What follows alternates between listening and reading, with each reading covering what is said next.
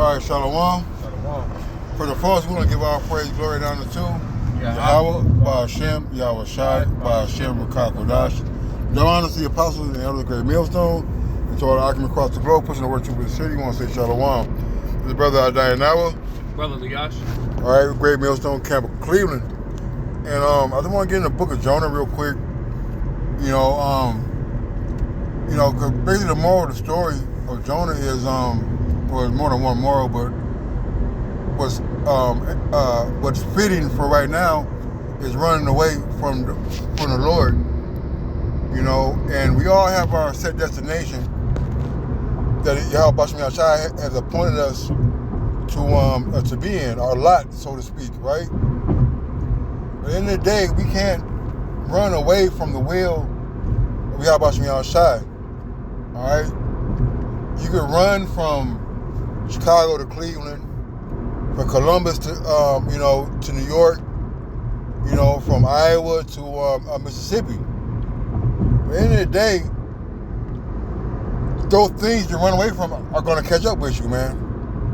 We were talking, and one of the analogies we've been using lately was a wolf pack when they hunt.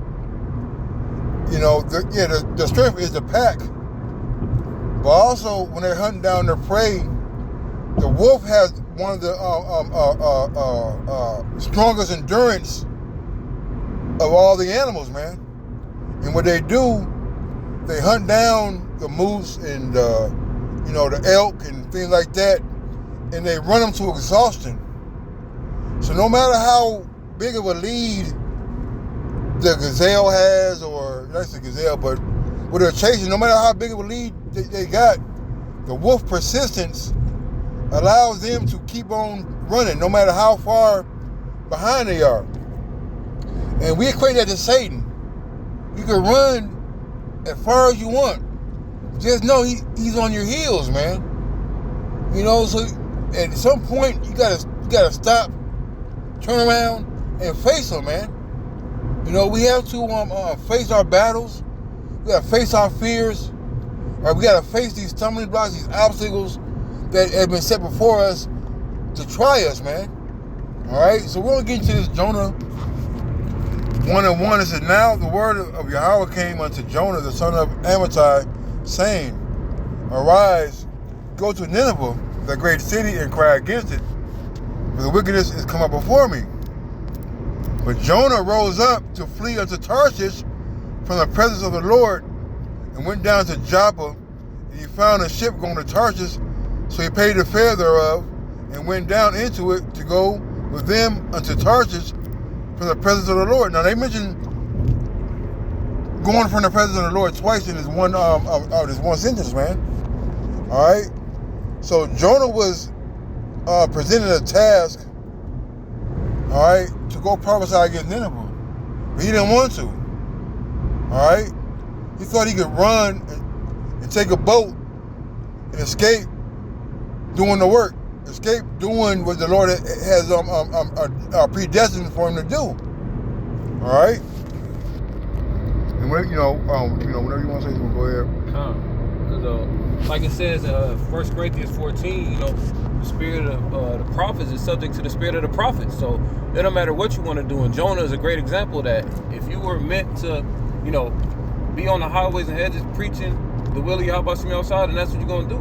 And on the contrary, if you were meant to be destroyed, there's nothing that you can do to change that. And I have a precept real quick. Yep. This is Proverbs 3:5. It says, "Trust in the Lord with all thy heart, and lean not unto thy own understanding."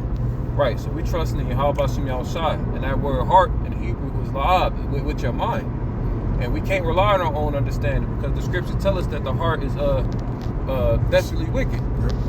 Deceitfully, Salaki. Yep. A little bit more on this, it says, "In all thy ways acknowledge him, and he shall direct thy paths." So Yahawah is in control of our paths.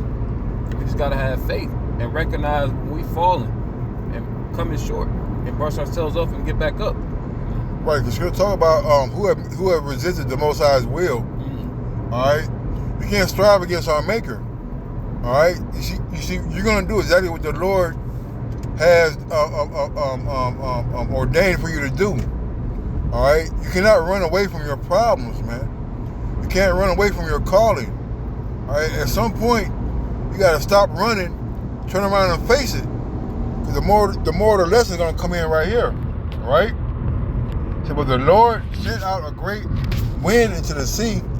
There was a mighty tempest in the sea, so that the ship was like to be broken.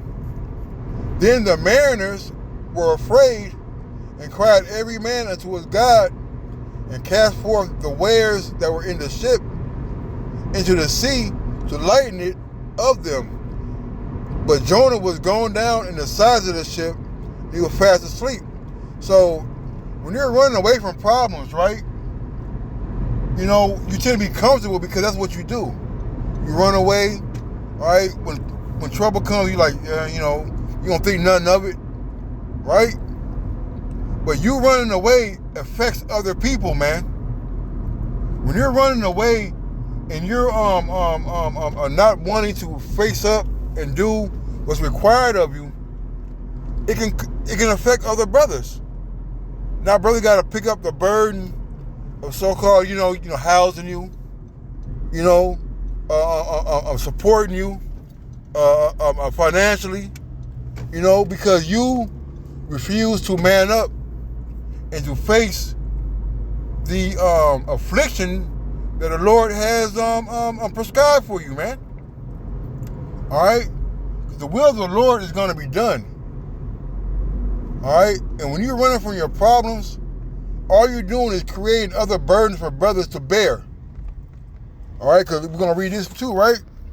It says, so the shipmaster came to him and said unto him, what meanest thou, O sleeper? Arise, call upon thy power, if so be that the Most High will think upon us that we perish not. You know, so Jonah's disobedience, his running away from the Lord, caused others to be in straits, man. All right? And let's dig this out, right? In verse 7, and they said, every one to a fellow, come, and let us cast lots, that we may know for whose cause this evil is upon us. So they cast lots, and the lot fell upon Jonah. All right? You got to understand something, man. That when everything's going cool, all right, and if things start going bad, we got to start realizing what's the difference here. And these shipmasters, these mariners, like, man, we don't go through this. Like, how's this going on right now? You know? The only thing different is this dude is on board. So you got to be mindful that our decision making affects other brothers, because you can go to a whole another, go to another camp. You may, move, go to another camp. All right. And then, you bring your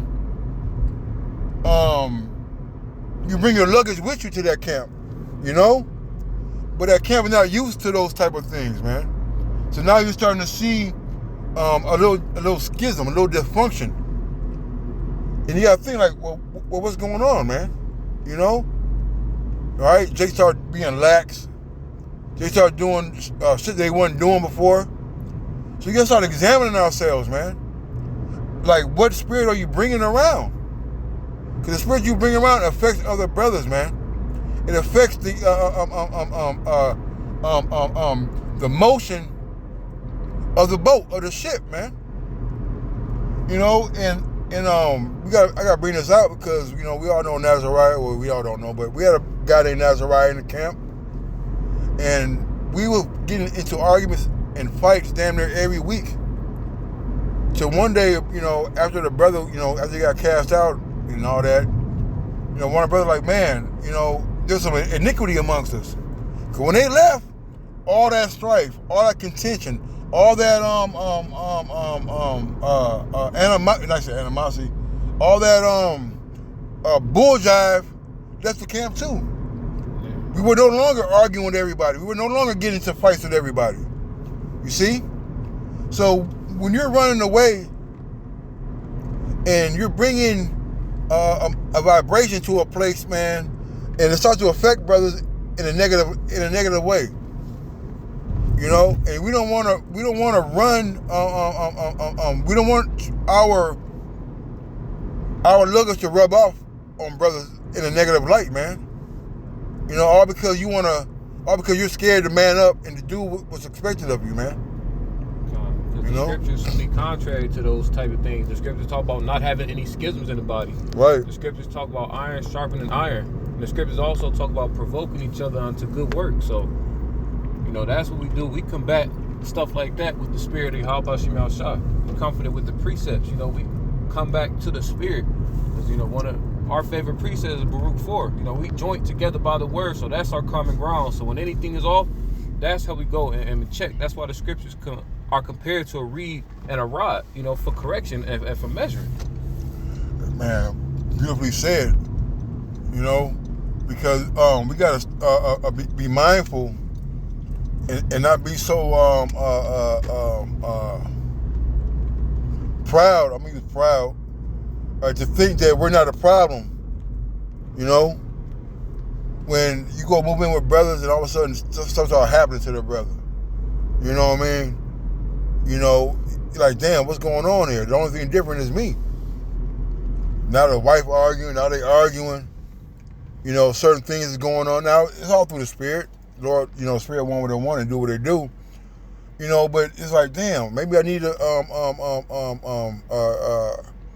be mindful, all right, of what I'm doing, of what I'm bringing around brothers, because it affects them, man. Your folly, your disobedience, all right, can directly affect a brother, man. As opposed to Jonah, right? What, they had a big-ass storm, man. You know? And he said, man, what's going on, man? Let's cast a lot. The lot fell on Jonah. You're the problem, man. All right? Sometimes you got to look at yourself and be like, you're the problem. You can't keep running away from things because that makes you the problem. A man is going to turn around and, you're going to turn around. Hey, you can't run forever, man. You can't run forever. Sirach 2 says not to make haste in times of trouble. Damn. Let's get that real quick. I got you. All right.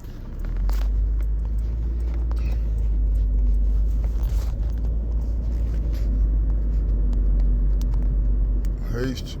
You gonna close it on this too? Okay. Break it up. Sirach 2 and 2. You gotta start at 1. It says, my son, as I come to serve the Lord, prepare thyself for temptation. Right. When you come into this ministry, know that you're going to have to deal with bullshit. That's what is considered the straight gate. You know, it's only one way to get to the kingdom of heaven, and that's through suffering. You know, the furnace of adversity is plenty of scriptures to back up that claim. Hey, you can't run for these curses, man. You can't run from the will of the Lord. Verse 2 says, set thy heart aright and constantly endure, and make not haste in time of trouble. Right. It says set your heart aright. And again, we brought that out. That means your mind and endure. So, and it says constantly. That's an adverb describing how you should endure. Because endurance is just not a one-day thing. You know, we have to continue to kill the old man, to kill off the old deeds, you know, continue to fight the flesh and to fight these demons.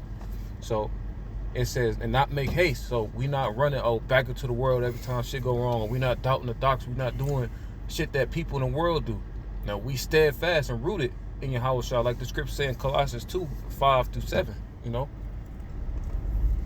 So if you make haste, you know, you the type of person that's going to waver during the green tree. Imagine how much more in Jacob's trouble. Well, you know, I'm being hasty, man. You know, making haste in time of trouble is just show the lack of faith. You know? Proverbs 24 and 10. You know, you keep running away, you know, like you can only run so far before Satan. Hey, he's a roaring lion, bro. You know, he's always lurking and chasing, man. All right, so at some point you got to get your balls back and man up. All right, and take these things head on, man. You know, so we're at camp. So with that, we're gonna say, call Allah, Yahawah, by Hashem, Yahawashi, by Hashem, Rakakwadash. Lord willing, double honor to the apostles and elders, you know, and Lord willing, the lesson of edifying. Shalom and a Baba Bar. Shalom, a Baba Bar.